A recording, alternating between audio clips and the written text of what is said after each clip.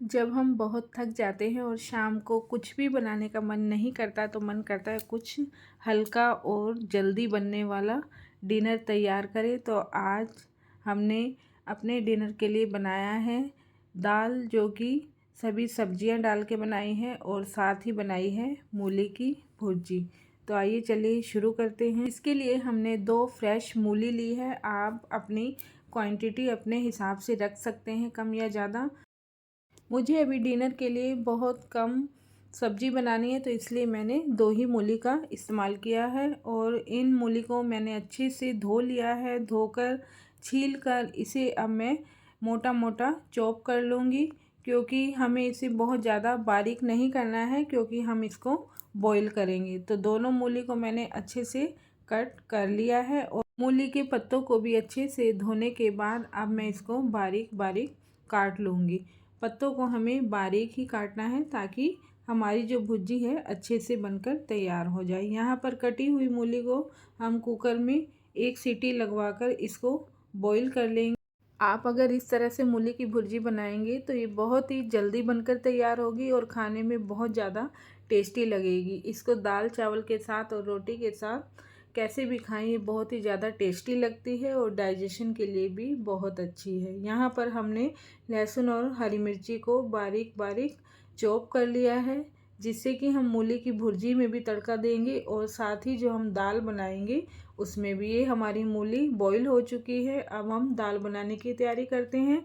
दाल बनाने के लिए हमने यहाँ पर अरहर की दाल ली है, जो कि 150 ग्राम है और कप से नापे तो 1.5 कप है। इसको हमने धोकर कुकर में डाल लिया और साथ ही इसमें 1 कप कटी हुई लौकी, 1 कटा हुआ परवल, बारीक चॉप बीन्स और 1 मीडियम साइज़ का टमाटर रफली काटा है।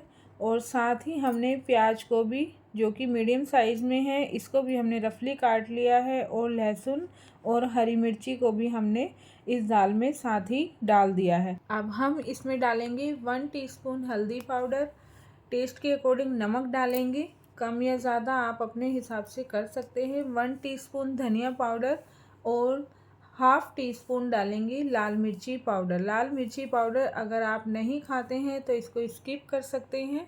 और 1 पिंच इसमें हम हींग डालेंगे। हींग डाइजेशन के लिए बहुत अच्छी होती है और इसकी खुशबू भी बहुत अच्छी आती है। अब हम इसमें 400 ml पानी डालेंगे और अब कुकर को बंद करके हम इसे गैस पर चढ़ा देंगे। इसमें हम 2 से 3 सीटी लगवाएंगे।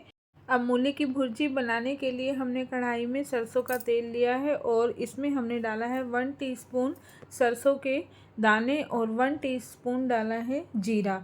अब हम इसमें 2 सूखी खड़ी लाल मिर्ची डालेंगे, इससे इसका टेस्ट बहुत अच्छा आता है। और साथ ही हमने कटे हुए लहसुन और मिर्ची तड़के में डाल दिए हैं। इसको हल्का सा चलाते हुए गोल्डन होने देंगे और जब हमारी लहसुन और मिर्ची हल्के से गोल्डन होने लगेंगे तो अब हम इसमें डालेंगे बॉईल की हुई मूली।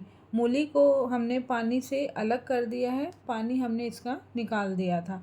अब मूली डालने के बाद अब हम इसको पैन में अच्छे से 5 से 7 मिनट तक इसी तरह चलाते रहेंगे। हमें इसे ढकना नहीं है, इसको इसी तरह चलाते रहना है और अच्छे से इसका पानी सोखने के लिए इसको हम इसी तरह चलाते रहेंगे। अब हमारी जो मूली है, अब हम इसमें इसके पत्ते डालेंगे और पत्ते डालकर इसको फिर से इसी तरह खुले में चलाते रहेंगे, ताकि इसका पानी जो है अच्छे से सूख जाए और हमारी भुर्जी अच्छे से बनकर तैयार हो। और इसको 2 मिनट चलाने के बाद अब हम इसे ढककर 5 मिनट के लिए छोड़ देंगे, ताकि अच्छे से पत्ते और मूली अब पक जाएं। और ये देखिए 5 मिनट हो चुके हैं। हमारी जो मूली और पत्ते हैं अच्छे से इनका पानी भी सूख चुका है। और अब हम इसमें टेस्ट के अकॉर्डिंग नमक ऐड करेंगे और नमक डालने के बाद भी हम अपनी मूली की भुर्जी को इसी तरह 5 मिनट तक खुले में चलाते रहेंगे। थोड़ा सा हमने इसमें पिसा हुआ धनिया पाउडर डाला है, जिससे कि मूली की भुर्जी की खुशबू और भी अच्छी आने लगती है और टेस्ट भी बदल जाता है। तो अब हम इसको इसी तरह चलाते रहेंगे और चलाते रहने के बाद हम इसे फिर से 2 मिनट के लिए ढक देंगे और अब हमारी जो मूली की भुर्जी है, पत्ते और मूली दोनों का पानी लगभग सूख चुका है, लेकिन अभी भी रेडी नहीं है। अब हम इसे मैशर से हल्का सा मैश करेंगे। जो हमारी मूली है मोटे मोटे पीस से वो अच्छे से मैश होकर पत्तों के साथ मिक्स हो जाएंगे, जिससे कि भुर्जी का टेस्ट बहुत ही अच्छा आएगा और जो बचा कुचा मूली का पानी है वो भी अच्छे से सूख जाएगा। तो अब हम इसको 5 मिनट तक इसी तरह चलाते रहेंगे और 5 मिनट चलाने के बाद आप देख सकते हैं अब हमारी मूली की भुर्जी बनकर तैयार है और ये खाने में बहुत ज़्यादा टेस्टी लगती है और बहुत ही लाइट होती है। ये बहुत जल्दी डाइजेस्ट हो जाती है।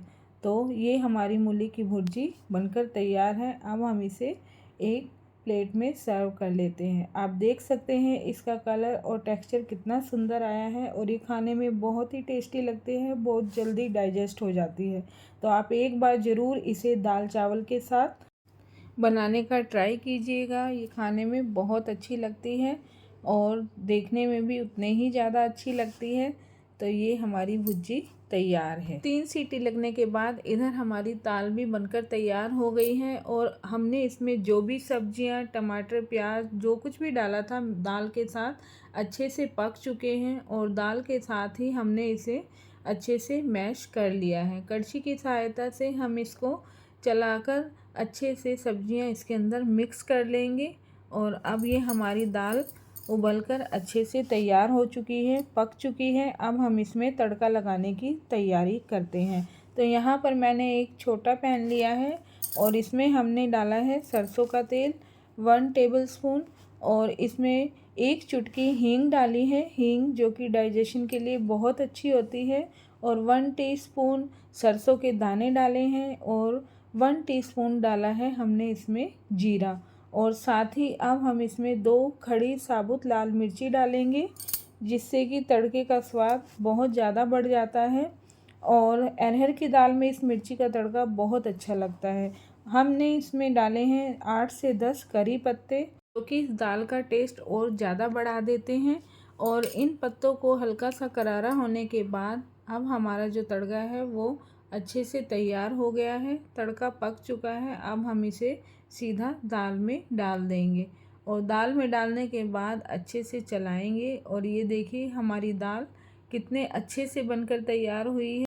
ये देखने में जितनी ज़्यादा सुंदर लगती है, खाने में उतनी ही ज़्यादा टेस्टी है, हेल्दी है और इससे हमें दाल में ही सांभर और सब्जी, दाल सभी चीज़ों का टेस्ट आ जाता है।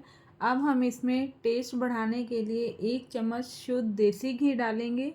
आप चाहें तो इसे डाल सकते हैं, लेकिन मैं आपको सजेस्ट करूँगी कि आप दाल में देसी घी ज़रूर डालें। ये बच्चों के लिए बहुत हेल्दी होता है और इससे दाल का टेस्ट कई गुना बढ़ जाता है। तो चलिए अब हमारी दाल जो है बनकर तैयार है और अब हम इसे सब्जी और चावल के साथ सर्व करते हैं। ये देखिए आप देख सकते हैं हमारी दाल कितने अच्छे से बनकर तैयार हुई है और बहुत ही टेस्टी बनी है। तो चलिए अब हम इसको सर्व कर लेते हैं। आप इस तरह से जब भी दाल बनाएंगे तो आपकी दाल बहुत ही टेस्टी बनकर तैयार होगी और बहुत जल्दी बनकर तैयार होगी।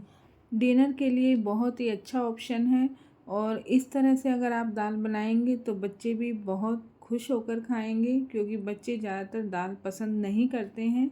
लेकिन अगर आप इस तरह से बनाएंगे तो बच्चे भी इसको खुश होकर खाएंगे और ये बहुत ही टेस्टी लगती है, बहुत जल्दी बन जाती है।